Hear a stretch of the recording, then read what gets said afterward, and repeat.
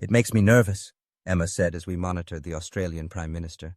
Dismissing your guards and going to a place where you are alone for most of the day is not exactly normal security practice. He knows what we did to the others, and they all had far better security resources than the Australians can bring to bear. This is more my department. Resisting us has not worked, so he is extending an invitation. Mr. Prime Minister, I said politely from behind him. He stopped moving, nodded slightly, then slowly turned to face us. He was not as old as the other rulers, and he actually smiled. You have won me a small bet if I remain here to collect it, he said with a little chuckle. My son-in-law was convinced our small continent would be beneath your notice and not worthy of your attention. We care about the whole Earth, Emma said. An admirable quality, the PM said. So am I to disappear this evening too, naked to whatever place you have arranged for me? We hadn't been planning on that for you, I said, and Emma let me do my diplomacy thing. We do need to discuss a few things. Your continent practices democracy, which is refreshing, but it is rather odd that nobody who is not a member of your few ruling families, one might even call them oligarchs, can ever manage to get on the ballot. Instead of protesting, he nodded. He walked to a cabinet and pulled out a liquor bottle and 3 glasses. I won't try to defend that, he said as he put the glasses down and proceeded to pour. We have some excellent Scotch distilleries here in Australia now. Can I interest you? We accepted the drinks and we all sat down. Our parents made the decision to lock out our elections because they had seen what happened in America and India. If we agree to open it up, how can you guarantee the same fate will not befall us? Oh, that's easy, Emma said as she sipped the Scotch, which was very fine. We are going to destroy them all. The only question is whether we will destroy you too. We'd prefer not to, I continued. We would really rather have someone who knows what they are doing pick up the pieces after we do what we have to. You are only 2 people, the PM said. Yes, you have great powers, but how can you use them to destroy an entire world? We aren't going to destroy the world, Emma said sharply. This is our home. We are here to save it. We are going to destroy a few hundred people who have scammed and looted the place and made themselves into little tin gods. Little tin gods who let 7 billion people die instead of saving them, I added. We did everything we could about that, but we are a modestly sized and isolated desert country. We doubled our population through refugee immigration and pushed our productive capacities as far as we dared to accept as many as we could. We don't blame you for the situation. But the new deserts of this world are littered with human skeletons because the rich did not care what happened to the poor. You could have saved them all. You acquired a Laputa-class ship each year, but you were making 2 to 3-fold drives per month. The galaxy is full of civilizations that could have supplied you with hulls, but you were more interested in acquiring personal toys than in using the proceeds of your fold trade to save other humans. The PM nodded and tears rolled down his face. These were hard memories for him. What you say is true of most of us. But please don't say it is true of us in Australia. We have never had the means to produce our own fold drives. The only reason the other 3 powers haven't overrun us is that if any one of them tried, the others would consider it a hostile grab against their interests. We petitioned them to do exactly what you suggest, but we have little power on this world. Our intent here is to change that, Emma said. My God, you're serious, aren't you? We just looked at him. Maybe not you, but they let 7 billion people die, I said. There was a look of realization in his eyes, and then he closed them. With his eyes closed, he said, You cannot let them suspect that it is your intention to make us their rulers. If they get that idea, they will destroy us. They all still have nuclear weapons and conventional delivery systems, as well as things like sunlight cannons in orbit. At this moment, they have to think we are just as threatened as they are, or we are doomed. What do you suggest? At this point, you must do to me whatever it is you did with the other leaders. They must not be allowed to think Australia is getting any kind of special treatment. As far as you know, we might have killed them. No. He sipped his Scotch. I don't think you killed them. If you had, you would have left the bodies so everyone would know. No, you did something, probably something unpleasant, since you obviously hate their guts for good reason. But I am a ruler of one of the 4 powers for these last 35 years myself, and whatever they deserve at your hands, I will admit I must deserve too. We need a ruler like you on this world when we finished shattering the clusterfuck that has entrenched itself here, Emma said. We can always get him back. We do have Quentin and the implausible alibi if we need them, I reminded her. Emma extended her hands, and the PM regarded them with something like horror. This is how you do it, isn't it? They say you have to touch. It makes it easier, she said. But you shouldn't be afraid. The others were afraid because they were ignorant cowards. We understand that you know Galactic Common. Many long years ago, he admitted, but to his credit he let Emma take his fisted hands in her grasp. A moment later we were all in a different, rather Spartan room. The gravity is different, the PM said. We're off-world, but where? Emma and I just waited, and a few moments later she said, "This is the fold ship CI 920156114. It was at Earth to trade a few tons of refined tantalum for a fold drive, and because Earth isn't a regular part of its route, it won't be going back. And it just folded out on the first leg of its journey home. Our personal implants can fold you to a nearby place like Earth orbit, but now that we are 180 light-years from Sol, we can fold ourselves home, but we can't take you with us. But there are many fold ship routes within the galaxy," I added, "and with a little patience and attentiveness you can get home again, if you want to." He was naked now, but he didn't seem to care about that. "You've sent me on walkabout?" he exclaimed. "I suppose that's a way of looking at it," Emma said with a wry smile. "All right, I can imagine the others' reaction to this. But thank you. This isn't a punishment. This is a thing I've always dreamed of doing. And they don't just let you go walkabout when you're the Prime Minister, even if you really want to do it. We left your clothes behind because they really are more of a liability than a protection here," I said. "You'll soon realize that most of the Curators' children find it deeply weird and suspicious that humans are so insistent on hiding our bodies. You'll also realize that you are in no danger because you are naked, and that nobody cares that any particular part of your body is visible. This is the norm everywhere in the galaxy except for Earth and her colonies. Hopefully this will give you a new perspective if you make your way back home." "I understand. I was taught all of this, of course, but living it is going to be a little hard to get used to. What about not having the mark of the Curators?" "As with humans, most aliens aren't very attentive about things that aren't there. Only someone who studies the Curators professionally would be curious enough to wonder about it." He looked across the room. "Okay, the green button opens the door, doesn't it?" We nodded and folded home. He was going to be okay. Nearly all of the Earth's electric power is produced by sunlight furnace-powered steam turbine systems. Electricity is no longer transmitted long distances. Those generators tend to run in pairs, so that they can be taken down for maintenance one at a time. During the 20 minutes the fold inhibitor was online, they all went down at the same time, everywhere on Earth. At that time there were 12 alien fold ships in orbit. All of them obviously lost their ability to leave, but they also lost power, communications, and artificial gravity. Dozens of aliens were injured when the gravity plating suddenly came back on. Most of them were from civilizations that do not recognize the value of a money reward as relief for such an insult, and it started a slew of interplanetary diplomatic incidents. By the time we visited the Australian PM, everyone was in agreement that no matter what the royal couple might do, if anyone turned on another fold inhibitor, it would be nuked without hesitation. During those first weeks of our project, alien ships and individuals came and went as they always did. With Earth being the only source for its unique fold drives, the trade had made it one of the most cosmopolitan worlds in the galaxy. But now more of those aliens who were coming to spend some time on Earth were actually Curators. We never knew which ones or how many. But 3 days after our visit to the Australian PM, we came home from the grocery store in Terlingua to find our old friend, the human form Curator, waiting for us in our living room. This time he had brought a fifth of fine Australian single malt scotch. "I heard you two had developed a taste for this," he said as he poured. "We didn't realize so many of the distillers had moved from Scotland to Australia." "Well, they had to move somewhere after the Gulf Stream shut down and Europe started freezing over, and unlike a lot of people, everyone wanted them. Australia didn't have the very best climate for their raw materials, but they were looking at the politics too." "So what brings you to the heart of the Dark Empire?" Emma asked. "Well, you two, obviously. We realize the next move your opponents will make is to try to hide themselves. The microfold makes this a fool's game, but it does require rather a lot of effort to track who is moving where and doing what. We have moved a few people in to help with this. We will keep you updated as to who is actually running things in each of the powers." "I love the irony," Emma said. "This world thinks it is the greatest surveillance state in the galaxy, but we're using tech they can't imagine to surveil them.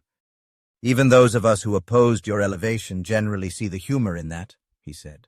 "It made the approval for this operation a lot easier to secure. We won't be acting on your behalf or anticipating what you will do with the information we provide. But it's a natural question for us to wonder who is actually running one of the most important worlds in our garden. And of course we'd share that information with any of our colleagues. They tried setting up shadow governments in deep underground bunkers. They tried setting up shadow governments on islands halfway around the world from their old capital. They tried setting up hapless frontmen to bait us while the real leaders ruled from the back of the room. They tried pretending the real power was with a committee or legislative body, but there was always someone calling the shots. None of these rulers remembered how to do it without a dictator at the center of things. We made 11 more people disappear. We had to pace our activities by the fold-ship traffic. Fortunately, what we were doing didn't have much effect on day-to-day commerce. We were just working our way through the people who saw the disappearance of their former masters as an opportunity for advancement. It took a few examples for them to realize what advancement would really mean. And the aliens didn't connect the dots to realize that for the time being, a visit to Earth might mean leaving with an extra crazy human passenger. That isn't the sort of thing they would waste precious microfold bandwidth to discuss. Finally, we were informed that the Japanese genuinely seemed to have failed to find another civilian leader, and that one of their top generals seemed to be running the things that continued to run. Although he insisted he was not the first consul and did not hold that office's power, he also secluded himself as the Australian PM had, as if he was waiting for visitors. We did not disappoint him. "They say nobody has ever seen you appear," he said when he realized he was no longer alone. "We try to be discreet," I said. "Abducting all of our leaders is discreet?" "Indiscreet would be killing you all," Emma said. "That was tempting, but we are here because this world has seen far too much death already." "I never sought to be the supreme leader of my country," he said. "I only sought to serve my people and to protect the balance of power that has been in place for this last century. Tell me what I must do to continue to do that, and to see my wife and children again tonight." "I thought we were clear on that," I said. "You must bend the knee and accept us as your rulers." Without hesitation, he knelt. "I serve by your command," he said. "That is easy for me to declare since there is now nobody else willing to accept my allegiance. I cannot promise what my supposed followers will do, though. They will probably kill me as a traitor." "We will give you such protection as we can," I said. "It's not perfect, but we hope you realize it is considerable. For now, our instruction to you is to contact the Australians. They are forming a new government according to our specification. You will offer your military to protect them and ask for their guidance to rule your lands." "What if our people refuse to go along?" "Part of our specification is that most governance will be local and democratic. Earth does not need an authoritarian supreme leader. The Australians will add representatives of your people to the council they are forming, which will mostly be concerned with matters of global trade, production, the environment, and human rights. Your people will have no reason to fear oppression. If things ever tilt in that direction, they know we will intervene." "Our king and queen? Isn't that authoritarian?" "It would be if we really intended to rule. But once we have set you up to rule yourselves, our only real function will be to make sure nobody else tries to take our position." The Curators also kept tabs on the leaders we had exiled. None of the alien races bothered to maintain the kind of security and identity systems that humans take for granted, so there was no official document trail we could follow to figure out where our ex-leaders might show up.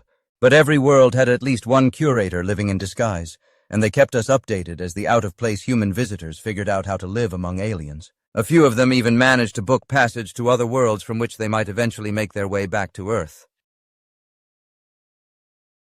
3,000 light-years away on the world listed as number 9201556 in the Curator's Index, the implausible alibi alighted near the door of a traveler's lodge. Quentin knocked on the door and the Australian Prime Minister answered, naked except for a loincloth.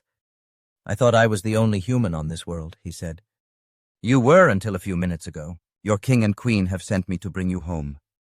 Pity I was getting used to this place. The natives don't consider it an old world, but it's shockingly ancient by human standards. So have our new rulers made a terrible mess? The usual intrigues, assassination attempts, attempted coups, would-be tyrants plotting betrayal, you know. Nothing the king and queen can't deal with. Then what the hell do they need me for? Quentin shrugged. You'd have to ask them that. I just fly the ship. We met Quentin on Mars. The Earth-Luna system is swarmed with fold sensors, and so are the gas giant planets which aliens who lack our technology are likely to use for velocity adjustments. But now that we know there are so many habitable worlds in the galaxy and most of its geology has been worked out, Mars doesn't get that much interest. We figured Quentin would have at least 20 minutes before the scanners would positively figure out where he was. The PM was as comfortable as if he had lived his entire life naked. "There is so much we don't know about these cultures," he said. "If humans had any idea, we'd probably do things much differently." "That's one of the reasons we sent you there," Emma said. "But soon we might need you, and we want to be sure you're the first of our exiles to return." "So how do you arrange that?" We nodded at Quentin, who folded us into the vicinity of Earth, just below GEO so we wouldn't get whacked by a communications satellite. Emma took the PM's hand, and moments later we were in the lair under our house at Terlingua. Moments after that, well before Earth's sensors could properly fix him, Quentin folded off to the other side of the galaxy, well beyond the point where their sensors could properly follow. "An underground lair," the PM said. "I suppose I should have seen that coming." "But not a prison," I said. "Right now the Earth is a hornet's nest we have stirred, and it's important that you appear at exactly the right moment." "And how do you determine that moment?" "Well, we don't, really. Right now it's kind of up to the Chinese." The Russians had folded up the same way the Japanese had, basically also being a criminal gang with no loyalty to anything other than personal interest, as soon as they realized we were seriously going to keep disappearing anyone who seemed to be running the place. The Chinese were different. They were actually patriotic and had a long history of making their stand against the rest of the world. The fifth of their leaders that we abducted bowed and warned that they would stand strong unless we genocidally eliminated all of their ruling families. "Well, that's an interesting suggestion," Emma replied. "Instead of sending him to a fold ship, we asked him to tell us who we needed to persuade, and because he didn't want to disappear, he answered all of our questions candidly. As a result, instead of folding him to a fold ship, we folded him into their legislative chamber as they were preparing to select his replacement. Guards fired weapons at us. That went about as usual. The acting chancellor signaled for them to stand down, and to our slight surprise, they did. All of our leaders are safe," he said when he had been supplied with a microphone. "They may or may not come back. They have been sent out into the galaxy. They all have the means to return if they learn how and try." A great ruckus went up and another guard shot at us. This time Emma tossed him across the room, hard enough to probably break a couple of ribs. She was really starting to lose patience with our own species. The chancellor signaled for us to speak. As usual in modern Chinese government, the language was Mandarin, but we still had the translation matrix loaded into our implants. "The idea of sovereign nations fielding militaries against one another must end," I said. "No other world in the galaxy does that. No other species does that. And it reinforces the idea which the Curators developed about us that we may not deserve to be a galactic species." There was much shouting, but it was gavelled down, and the leader of the Leg said, "We have been a sovereign nation for more than 3,000 years. We will not stand down." "You haven't actually been a single entity for all that long," Emma said. "You've splintered and reformed several times with radically different philosophies. This time you must reform into a state of the United Earth, part of one government for all the people of this world. A government which will not let 7 billion people ever die again of privation." That provoked a moment of shocked silence. Then the leader said, "There will never be 7 billion people on the Earth again. We have learned that lesson." "Even 7 people is too many if they can be saved, and you let them die," Emma said sharply. "Your leadership was complicit in this," I added. "We can forgive much. We are human and grew up here, and we understand our own limitations. But this is not a thing that can ever be allowed to happen again. We can and will kill you all if it seems you are going back down that path." "How many people have you killed so far as you try to remake our world?" "Actually 0, Emma said coyly. "I would have been a bit more definite on a couple of occasions, but your king has held me back. So far." "This body has the power to do what you ask," the leader said. "We can dissolve the powers of the High Family, and we can disband ourselves. To do this properly will take time for negotiation, and it would be helpful if we had some idea what will follow. Talk to the Australians. We will leave you alone for 1 week. Then we'll be back," I said, and Emma and I disappeared. "That was pretty awesome," the Australian PM said. The human form curator gave a slow applause. They had been watching us through the usual microfold surveillance methods, the curator forwarding the video feed to our TV set for the PM. "Let's wait until we see what they do," I said. "They will capitulate," the curator said. "How about some fine Indonesian sparkling wine?" "Dare we ask how you know that?" "Our spies have fewer targets now, and so we have been concentrating on the Chinese. We can tell you how the floor vote will go with an error of at most 5, and the margin will be at least 30. A month later, the Australian PM addressed the new ruling Council of Earth, including its new Chinese representatives. "We think of things on Earth as being old," he said. "We think of some of our cultures as being ancient. But I stand before you having slept in a modest lodge that was built over 1,000,000 years ago. Out there, the aliens take such timescales for granted, even though as individuals most of them live about as long as we do. As a species, we are not even children in this galaxy. We have done great things, and I know we will do more great things. But we also have to understand that we are one species in a galaxy that is full of life, and that we must make our place here together. We must, not as Australians or Americans or Japanese or Indians or Chinese, but as humans, choose to do things not because they are easy, but because they are hard. We must do these things together and not as squabbling nations, because there is a galaxy out there of over 1,000,000 inhabited worlds, and at least a few of them will be likely to ask themselves how they can best us. And we must make sure that none of them ever do." As applause thundered, the curator said, "Really?" "Yeah, pretty much," Emma said. Sounded better in the original JFK. "For 40 years I've been told that humans have the best fold technology in the galaxy," he continued, "and that there was no need for us to innovate, and that innovation was bad because it might upset the balance of powers that prevailed here on Earth. But none of that has ever been true. We only have the second best fold technology in the galaxy. I've been told a race called the Prometheans has the third best, just behind us in performance and much easier than ours to build in small quantities. But the best fold tech in the galaxy is that of the Curators. The Curators created the inferior nanite-based drives which most worlds use for fold transportation. But that is not the tech the Curators created for themselves. I have seen it at work. I have seen an individual being fold himself across the galaxy from the surface of one world to another without using a ship, without obvious velocity translation, without rippling the air. They can do this almost undetectably, and every one of them carries an implant which allows them to do it at will just by thinking. There was an audible gasp from the audience. The public knew that their leaders had been systematically abducted until the next in line got the memo, but only a few knew just how that had been done. Far from having a commanding position, we have much work to do. We know the key to the Curator's tech starts with nano-assembly, not the joining of prepared nanites, but the creation of larger machines from scratch, in the manner that the first nanites were created. This must be our next goal, and on this day, humanity will take the next step as we break ground on a center for the study of nano-assembly tech right here in Melbourne. We will attract the best and the brightest, hopefully from our colonial exiles as well as from all regions of the Earth itself. We face a long road since the Curators have had billions of years to perfect their craft, but it is not in our nature to stand comfortably at second place. At that point, the place went up with applause again, and I thought the Curator was going to face-palm. "Does he even have any idea what he's saying?" he asked. "Oh, most definitely," Emma said. "This is how you herd humans." "No wonder we didn't curate you," he said.